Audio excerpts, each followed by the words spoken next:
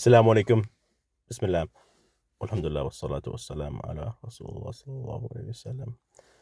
In this second video, I want to talk about, I'm going to continue our discussion, about ideas for people who come from Urdu speaking backgrounds or an Urdu culture. How would they approach the Arabic language?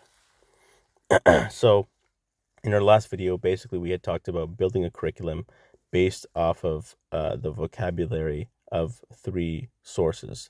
Source number one being common Urdu and Arabic terms, words, verbiage, vernacular. Source number two would be 80% of the words from the Quran. Okay, it's a very popular list. You can find it online.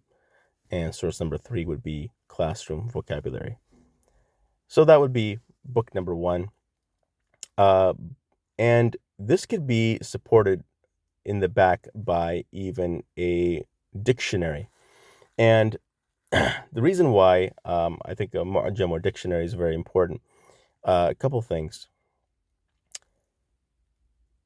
First of all, you might have heard the phrase, whenever you're learning a language, one of the most important things is understanding how to use that word in a sentence.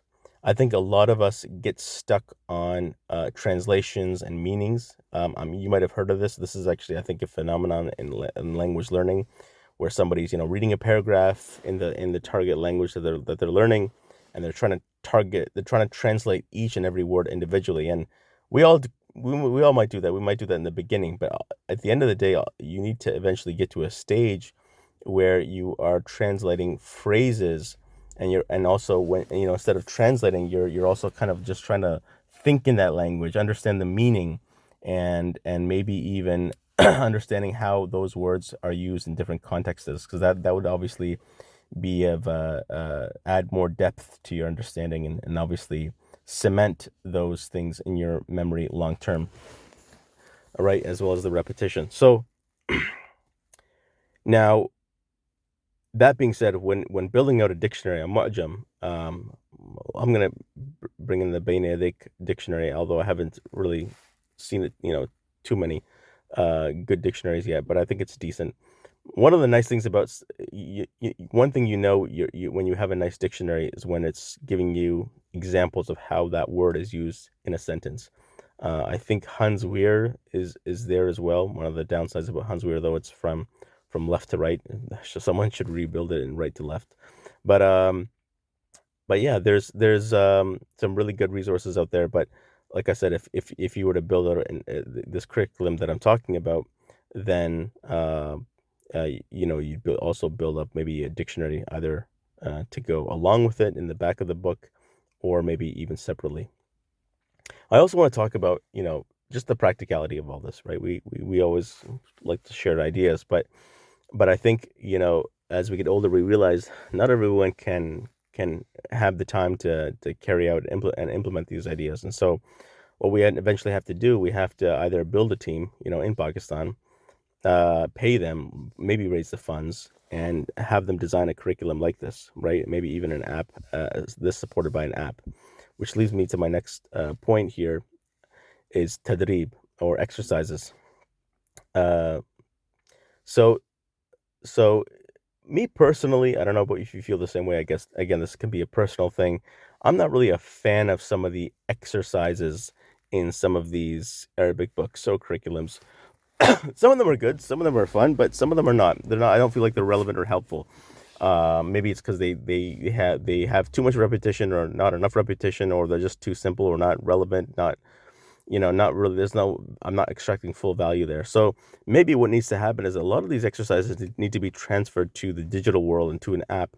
I mentioned Duolingo last time. Maybe some of these need to be gamified. So that's that. Also, I do realize that even at the very first level of teaching Arabic, you are going to have to teach some Nahu and Sarf. There's no getting around that.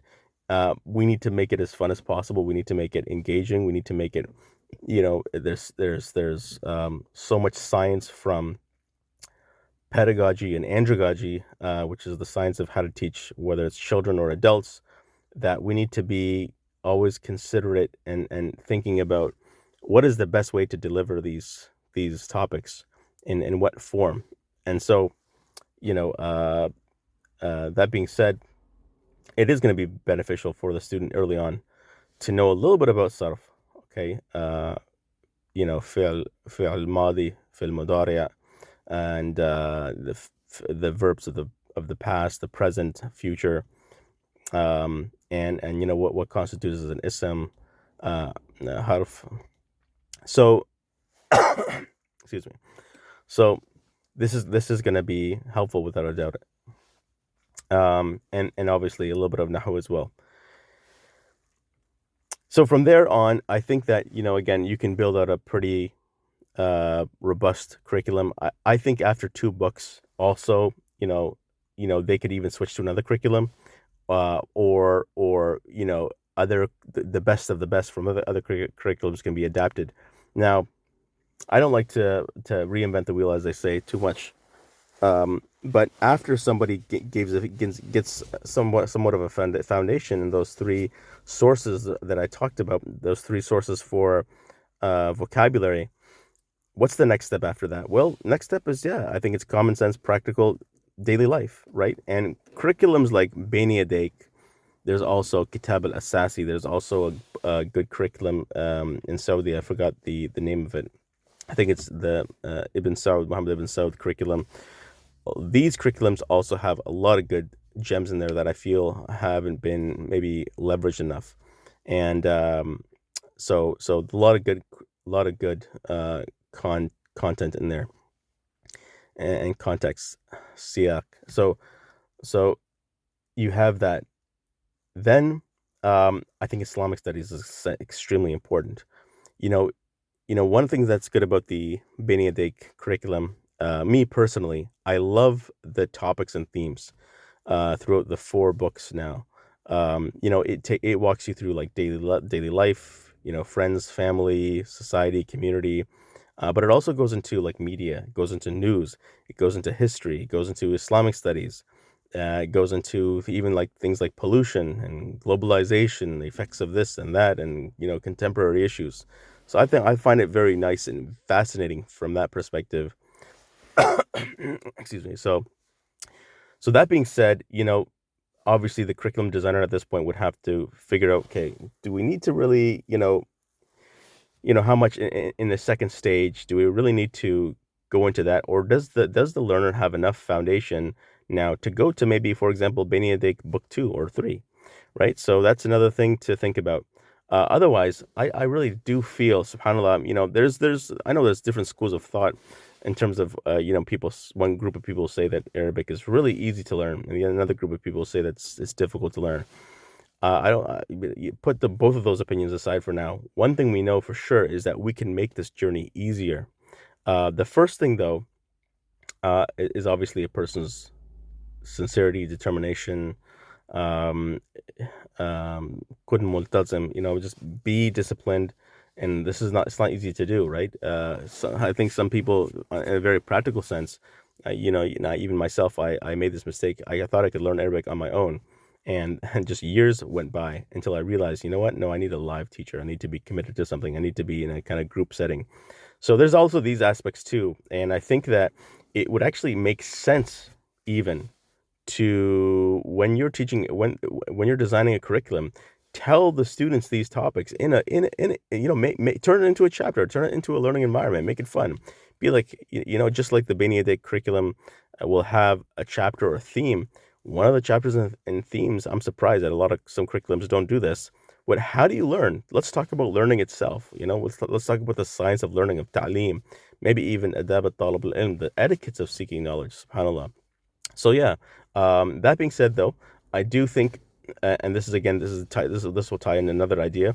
I think it's so important to have prepare people for Islamic studies in these curriculums.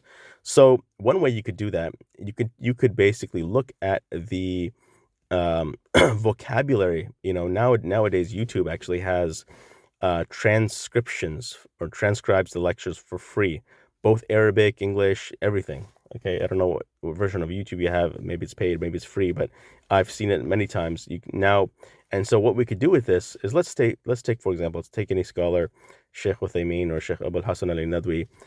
You could take all of their lectures, put them into a Word, or whatever it is, PDF, or Excel sheet. Sorry, Excel sheet. I meant. Um, what are the most? I mean, every scholar, I'm sure, if you were to take the Sharh of Al-Arba'in an-Nawawi from any scholar, they, I'm sure, consistently use a certain type of vocabulary in their own lectures. Every scholar, I'm sure. Most scholars, I would assume, 70 to 80% of this vocabulary is the same for a lot of speakers. And I find Islamic scholars actually are more easy to understand than, like, some analyst on the Arabic news channel. But that being said, you could take what are the most commonly used words by Sheikh Uthaymeen rahimahullah or Sheikh Abul Hasan Ali Nadwi rahimahullah. This would be absolutely helpful, and I think this topic hasn't been explored. Um, One might say, well, I'm not planning to listen to only these two scholars. I want to listen to other scholars. But still, these two scholars, it's more than likely that the vocabulary that they're using is more than likely used by other ulama as well too. So that's another suggestion that I would have. And I would have this integrated from the very beginning of any curriculum, throughout. So these are just some ideas. Other things, other themes, of course. And again, I'm getting a lot of this from Baini. I think that they've done a good job around the themes and topics, which is the teaching people, so after Islamic studies, in addition to that, maybe topics around the media or current affairs, or current events. People want to maybe tune into the newspaper or news sometimes. So how can they basically understand that? And another one would be, obviously, as I mentioned, daily life, daily interactions, and another one obviously could be, what's maybe even business related, work related, what's relevant to you. Could be personal development as well. I think that's another important theme. So yeah, that being said, I think that's enough topics here. A bit mainly right now, we need to look at how can we launch these projects, inshallah ta'ala. Like I said, if you have ideas, would love to hear from you. Barakallahu fikum. Jazakallah khair. Assalamu alaikum wa rahmatullahi wa barakatuh.